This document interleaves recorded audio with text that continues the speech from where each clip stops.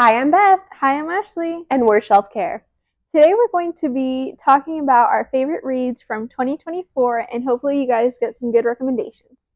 We're not going to do any spoilers because they're just recommendations, but some of these have a video of their own, so you can go back and look at those. Okay, so what is your favorite book from 2025? Like 2024. 2024. I keep saying She's already ready. I keep saying 2025. My absolute favorite, and it's not even my favorite like type of book, is The Woman by Kristen Hanna. That is such a surprise, just because you don't even. Well, we didn't really start liking historical fiction until like this year. I know, but it made me feel things. Yeah, you know, like it just I don't. As a nurse and like reading it, like I still can't get over the feeling that I felt when I read it for the first time. I was really hooked since chapter 1. Like as soon as it keeps going, I was like, wow. It took me a while to get into it just because I had stuff going on, but once I started reading, by like chapter 2, I was hooked. So just a little backstory on that one. Kristen Hanna is a great author. She has many popular books, and this book is about a nurse who is in the army, and it tells you all about her story during the Vietnam War.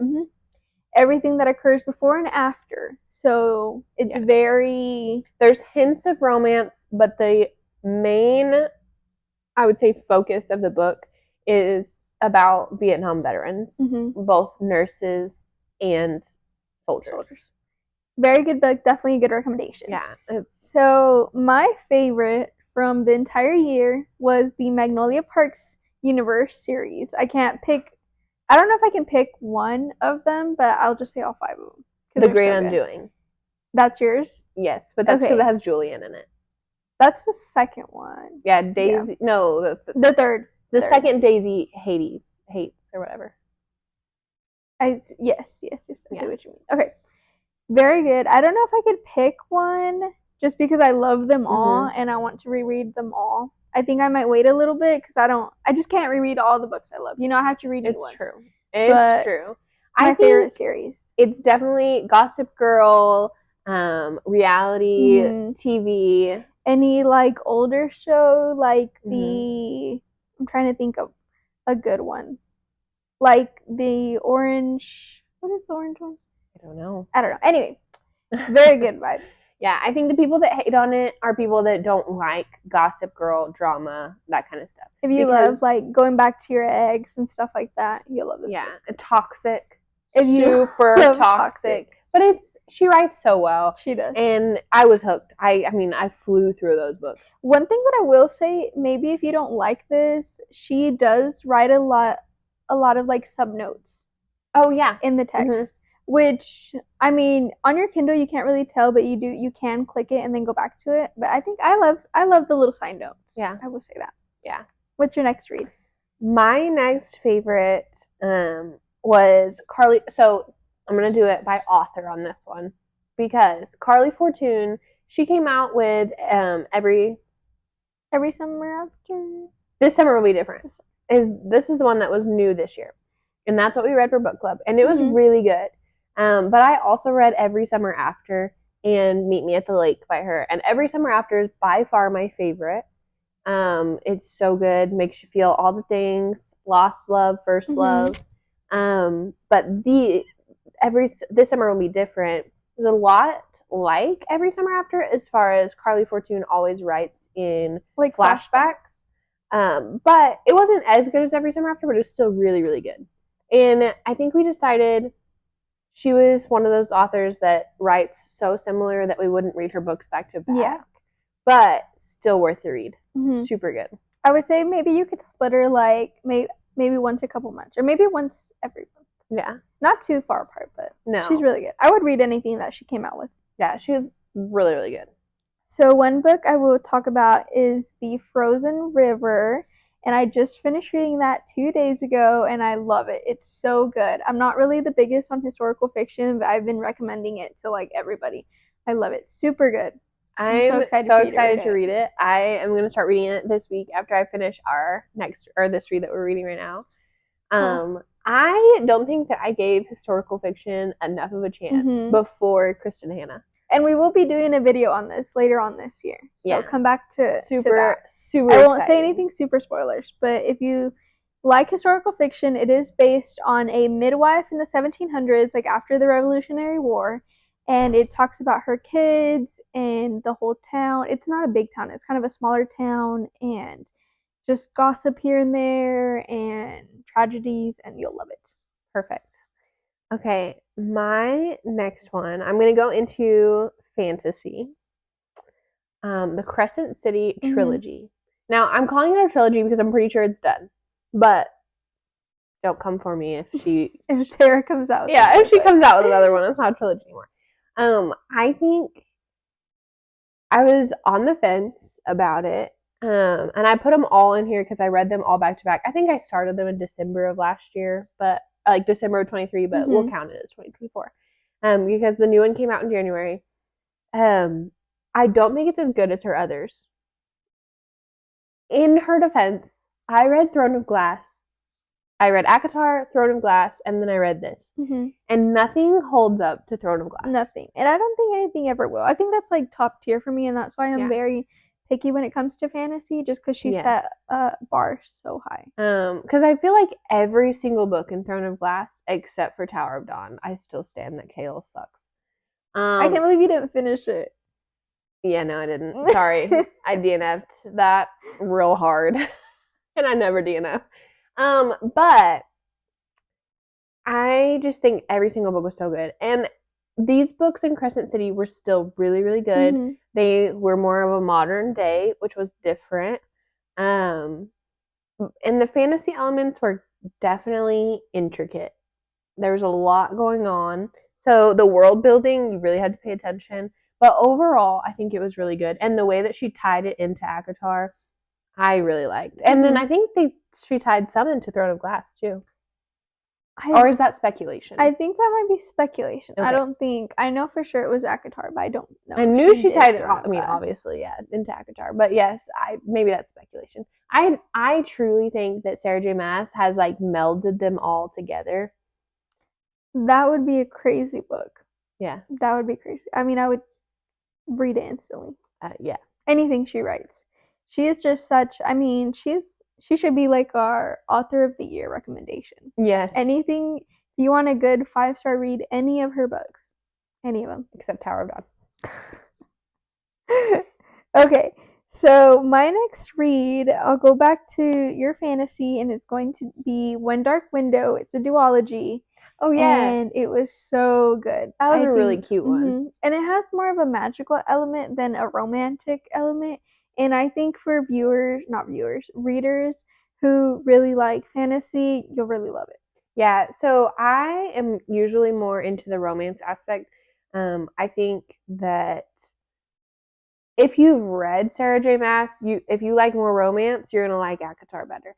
If you are less into the romance, you're going to like Throne of Glass better. I'm more of a romance girly, so I was hesitant on this book, on this duology, because I knew that it wasn't going to be super heavy on the romance. But the magical aspect is like something I've never seen before. I can give you a little hint, I guess. They have like playing cards, and the playing cards give you powers, essentially. And I've never seen anything like that. No. It was just so original. And so that was super interesting to me. I think that's why I really liked it. Yeah. And we do have a video on One Dark Window. I think it's our first video if you guys want to go back to. Yeah, you should definitely rewatch that. There are spoilers in there. So be ready for that. But I think if you liked Harry Potter, I think you'd really like One Dark Window. For sure. I just think sometimes you read fantasy and it just kind of starts to all read the same. Yeah. And this is not It was a good, different take. Yeah, so definitely read it. It's quick. You don't have to commit to a 7-book series. You don't have to commit to 600 pages. I don't think it's 600 pages. No, I think it's like short. 4 something. Yeah. It's honestly, I think they're both on Kindle Unlimited now. Oh, they are? Okay. At least the second one is. It was. I haven't checked recently. Kindle's been like putting books on and then take them off after a couple months. So you don't take our word on it, but you might want to check if it is. Yeah. But definitely good. and a little bit YA if you're not into the whole romantic scene, which is pretty good. All right, next on my list, the off-campus series. With your hockey romances. Your 2024 was that of hockey romance for me. They're quick, they're good. Like any romance, the main characters are going to get together. Okay? Like, there's no question about it. But the twists and the turns are so good. Elle Kennedy wrote the Off Campus series. She also wrote Campus Diaries. That's coming out with a new book in February, The Charlie Method. But they're so good. Elle has this way of writing that's spicy but not cheesy. I'm gonna drag an author really. I'm not gonna drag her. I think she's wonderful. Lucy Score is fantastic. Okay. I loved the Knock 'em Out series, but sometimes some of her other books can be cheesy and like just about the smut and not about the plot. And these hockey romances are not like that. I think I promise. There's a couple authors on Kindle Unlimited that are like that. I think I read one this year. It was Wild Love by Elsie Silver? Yes. And I just did not get the hype about it. It was too much. It was too much smut. Like I would try to read over it and stuff, but I was just like bored. Like, and I hate reading books that bore me. Yeah. So I finished it just because I was like, oh, might as well. Yeah. So I really feel like there's plot in the hockey romances. I have recommended them to several people. They've all loved them, and they're going to be a TV show. So you have to watch it. Definitely gonna have to read them before. Yeah, you'll have to read them before you watch it because I want to see the differences and how they do it. And I think it's on Prime. I hope they make it rated R. No, it's going to be PG-13. They'll chill it out. Or we shall see. All right. What's your next one? Okay, so I will say my next one is going to be The Quiet Tenant by Clement Michaelton, or Michaelon, whatever his name is. But it is a really good thriller. It really kept me at the edge of my seat. It is about a serial killer who has kidnapped a girl, and she's been with him for like 5 years. He keeps her in the shed. So it is, I don't think it's his point of view. It's her point of view, the daughter's point of view, and his girlfriend's point of view. So is this the daughter she had? Like, is her daughter like of the his captive? Daughter. Oh, okay. His daughter. And he has a teenager, I want to say. But it is a really good book.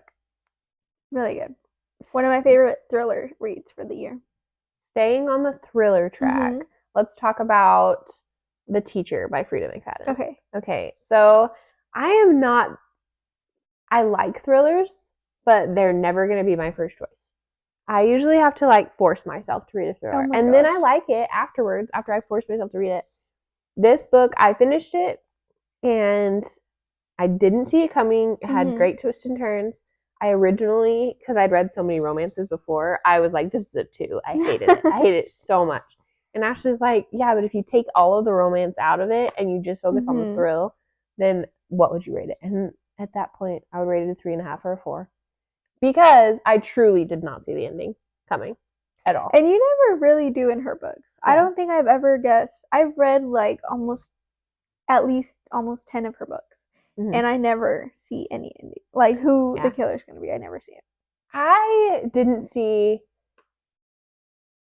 I don't think it was... Because in The Teacher, I don't think anyone dies until the end. So I'll give you... That's not really a spoiler. But like... The twist at the end was... I was shocked.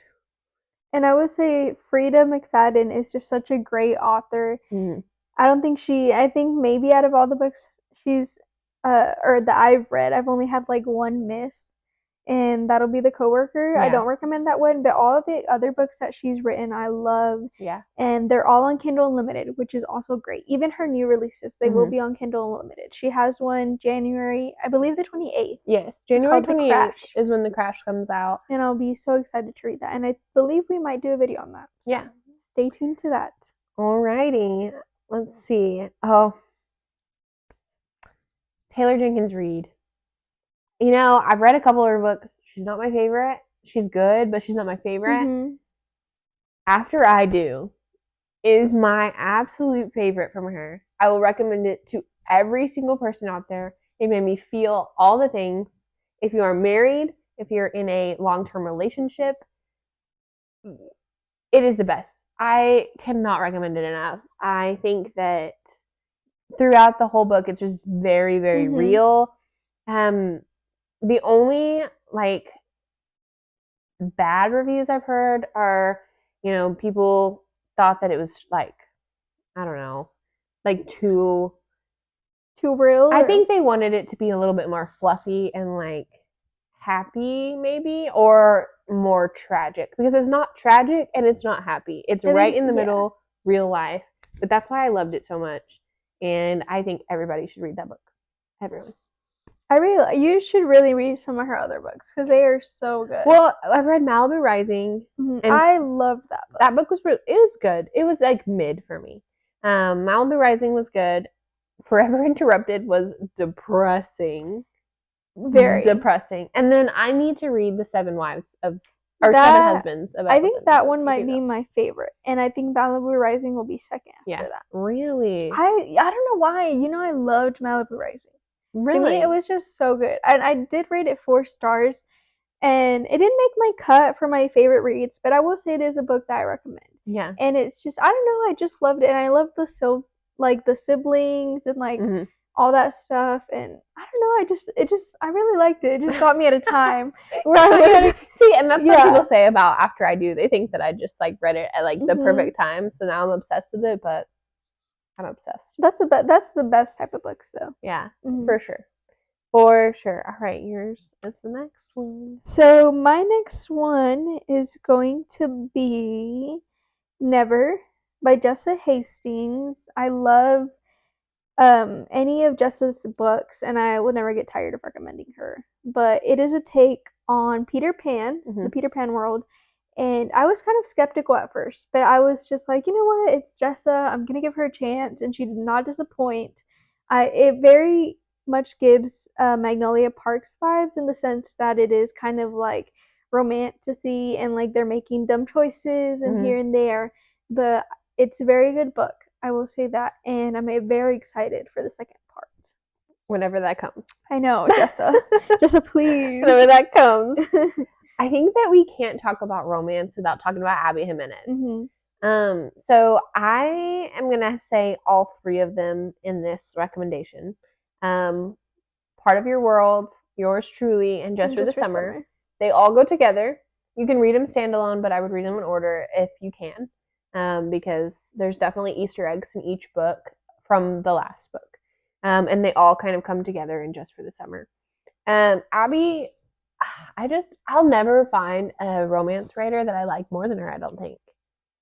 No, I think for romance, she is top 1. Emily Henry will be a close second. But close second. The only thing that pops Abby above Emily Henry for me is that Abby has the rom-com down. Part of Your World is so funny. I think it's my favorite of the trilogy. Is it a trilogy? Because I think they're adding to it. I mean, who else is she going to write about? So remember, it's okay. Oh, the new one. Yes, the new one. She's got a new one coming. Is it No, it's called Say You'll Remember Me. Say You'll Remember Me. That is true. And they just pop in those characters. It's just characters. The same world. Yeah. Not necessarily like... I don't think they actually go together. They're just in the same world, so you see crossovers. Yeah, which I love the Easter eggs. Yeah. Part of Your World's probably my favorite. Just for the Summer's probably next. And then Yours Truly. Which I'm very excited for the new book, which I think it comes out in April. I think it does too. I think it's soon. Because they're already reading like her Facebook page. Yes. They're already sending around this book to be read. They've been doing it since like for months now, and I have not been lucky enough to get me neither. A book to read it. I'm really sad about it. I have tried so hard. I put my sad stories on. I know, and I've even been like, not that I would make anything up, but I'm like, man. April 1st. April 1st. Okay. April Fool's Day. Huh. I better not be joking. I don't think I've pre-ordered it, but I'm going to. I will say, I think that I'm gonna get hardcovers of all three of them, or all of them. Oh, okay. I like the paperbacks. Really? Mm-hmm. I just love her book covers. I think they're pretty. I do like getting hers because she always does special editions with Target, and you get an extra chapter or two. Yeah. So a little we'll extra. be doing that. All right. So I think that's all of our reads. Yeah, that's all of our reads. 2024. I keep saying 2025. She wants to go ahead and skip forward. I'm so excited. I hope they all like them. One thing that we didn't mention was Funny Story. It's really good. Most of these books, if we read them together, they're going to be on our Goodreads, and they're also going to be in our videos from the past. So if you want to go check those out, that'd be great. And we will see you next time, okay? Bye. Bye.